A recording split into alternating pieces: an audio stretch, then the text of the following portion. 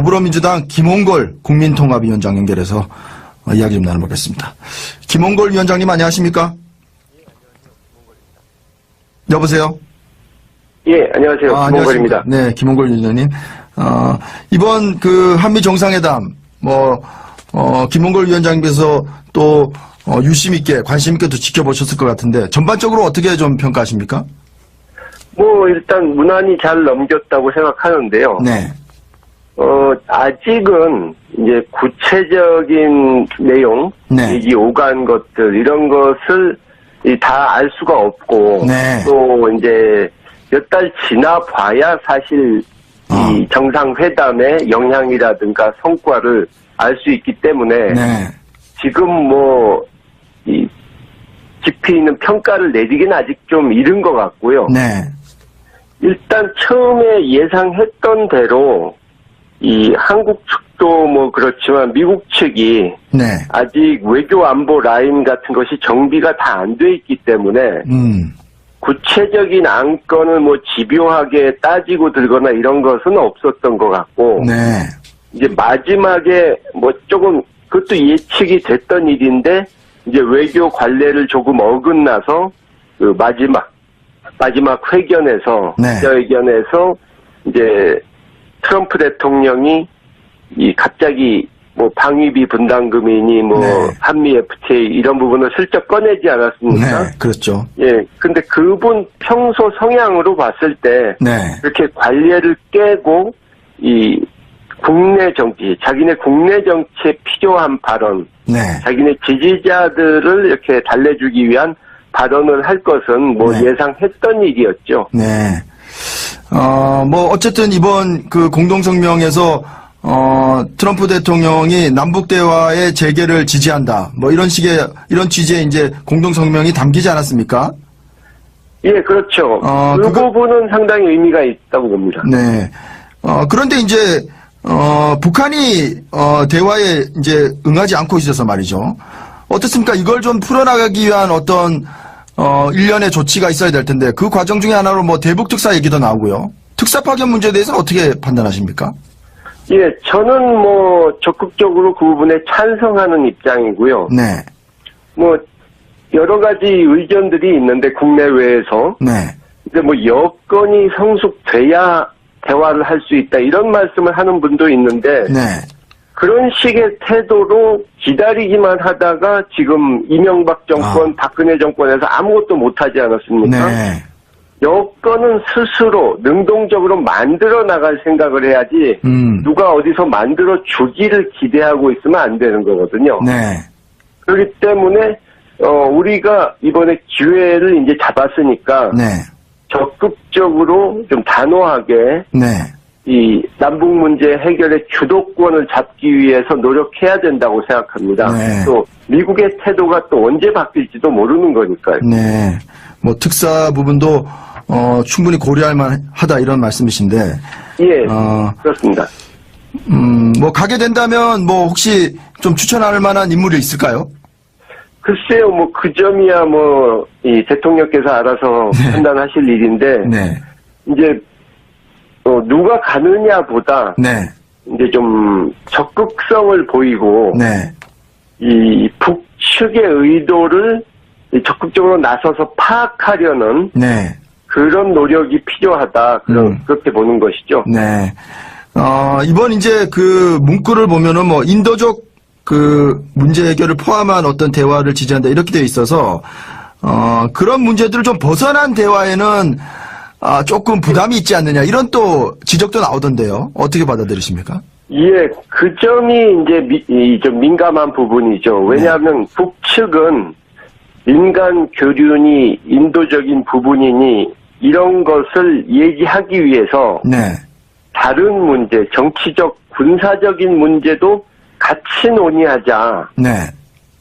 지금 상황이 긴박한데 무슨 이산가족 상봉이냐 이런 식으로 나올 수도 있기 때문에 네. 예, 그 점이 좀 어려운 부분이죠. 네. 아까 이제 잠시 언급은 하셨습니다만, 트럼프 대통령이, 카메라만 나오면 이제 FTA 재협상을 얘기했고요. 또, 뭐 주둔군 지휘 협상 관련해서 이제 방위비 부담 문제가 있고 여러 가지 좀 안보 부분에 있어서는 우리가 좀 취했지만은 경제적인 부분은 좀 많이 내준 것 아니냐 그런 또 평가도 있던데요. 어떻게 보십니까? 뭐 아직 내줬다 이렇게 얘기할 단계는 아니고요. 네. 이제 얘기를 꺼낸 것인데 네. 사실 미국도 좀 전에 말씀드렸지만 FTA가 문제가 있다 이렇게 말은 하지만 네. 그것이 이제 트럼프 대통령이 뭐 다른 나라와 맺은 FTA도 다 그런 식으로 말하고 있는데 네. 그것이 미국의 이 블루칼라 노동자들 자기 지지층을 이제 위한 발언이지 네. 구체적으로 어디가 문제다 이렇게 아직은 얘기를 못 하고 있거든요. 네. 사실 뭐 한미 FTA가 한국에만 일방적으로 유리한 이 조약이 아니지 않습니까? 네. 또 그쪽에서 얘기하는 무슨 철강, 자동차 이 문제도 그쪽에서 뭐 우리의 그 철강 수출에 대해서 네. 뭐 전기료 같은 거 혜택 이런 걸 얘기하면서 그것이 국가 보조금이다 이런 식으로 네. 불공정 무역이다 이 정도로 시비는 하고 있지만 사실상 그 설득력이 그렇게 크진 않고요. 네. 뭐 잘 아시지만 한국 시장의 미국 자동차 수출도 네. 관세, 비관세 장벽을 뭐 좀 더 줄여준다고 그래서 자동차 미국 자동차 한국 수출이 뭐 대폭 늘어날 것도 아니고 네. 실제로 우리가 투자나 서비스 뭐 이런 분야 네. 또는 ISD 이런 분야에서는 사실은 재협상을 한다면 그쪽의 양보를 오히려 요구해야 될 부분도 있거든요. 네. 그러니까는 충분히 또 아직 대비할 시간이 있으니까 네. 슬기롭게 잘 대비하면 큰 문제는 저는 없을 거라고 봅니다. 네, 알겠습니다. 뭐 남북 한미 정상회담 얘기는 여기까지 좀 하고요. 혹시 뭐 국내 정치 현안 몇 가지 좀 여쭤보겠습니다. 어떻습니까? 국민의당 그 제보 조작 사건 말이죠.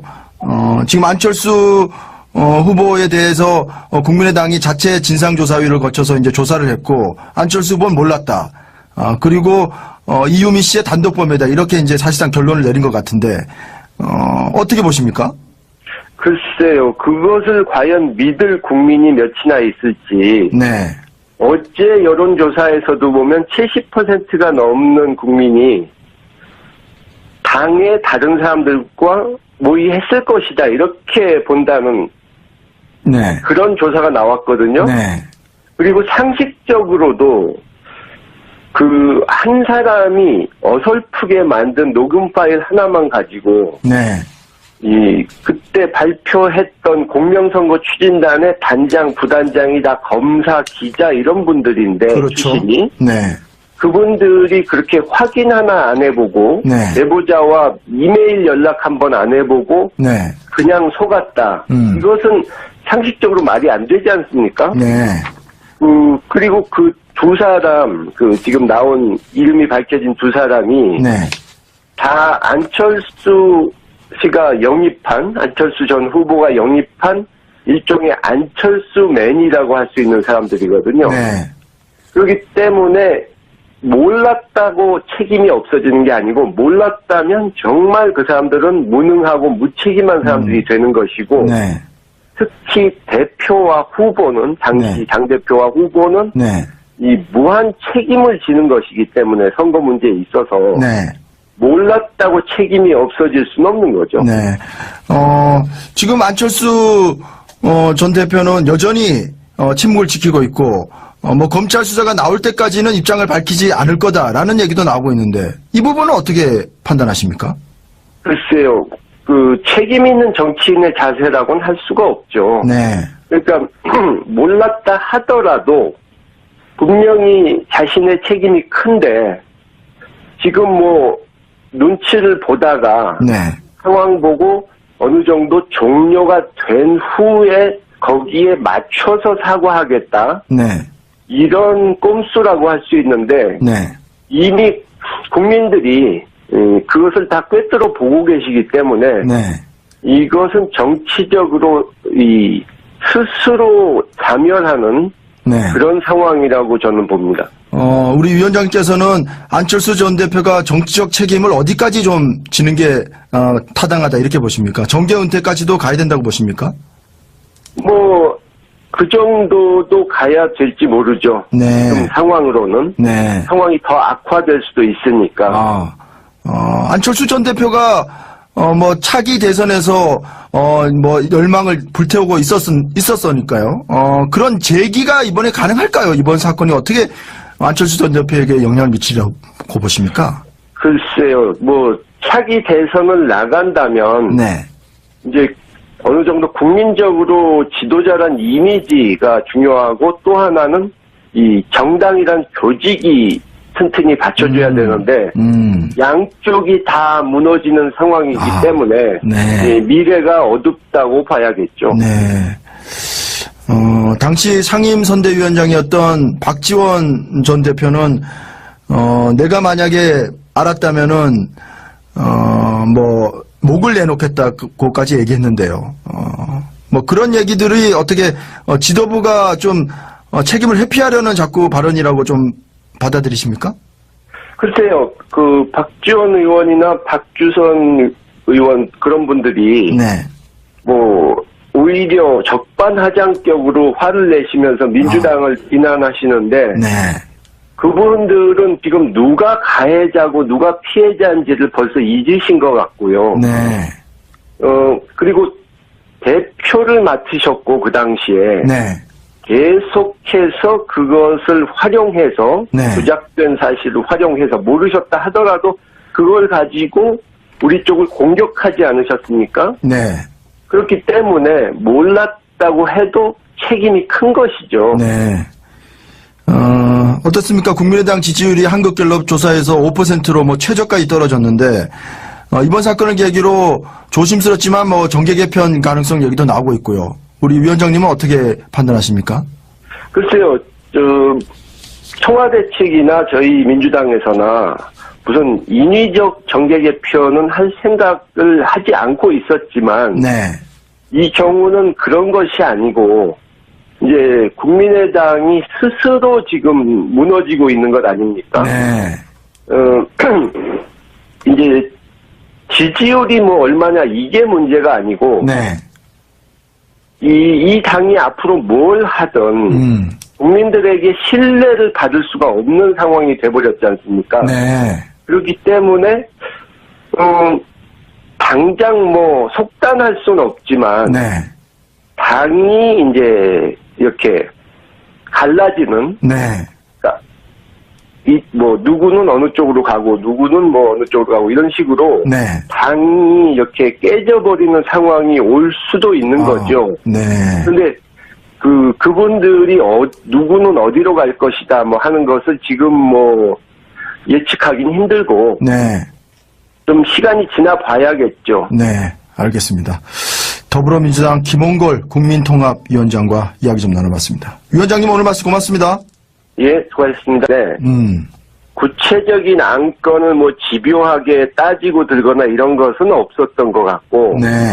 이제 마지막에 뭐 조금 그것도 예측이 됐던 일인데 이제 외교 관례를 조금 어긋나서 그 마지막 회견에서 네. 기자회견에서 이제 트럼프 대통령이 갑자기 뭐 방위비 분담금이니 뭐 네. 한미 FTA 이런 부분을 슬쩍 꺼내지 않았습니까? 네. 그렇죠. 예. 근데 그분 평소 성향으로 봤을 때 네. 이 대화에 이제 응하지 않고 있어서 말이죠. 어떻습니까? 이걸 좀 풀어나가기 위한 어떤 일련의 조치가 있어야 될 텐데 그 과정 중에 하나로 뭐 대북 특사 얘기도 나오고요. 특사 파견 문제에 대해서는 어떻게 판단하십니까? 예, 저는 뭐 적극적으로 그 부분에 찬성하는 입장이고요. 네. 뭐 여러 가지 의견들이 있는데 국내외에서 네. 근데 뭐 여건이 성숙돼야 대화를 할 수 있다 이런 말씀을 하는 분도 있는데 네.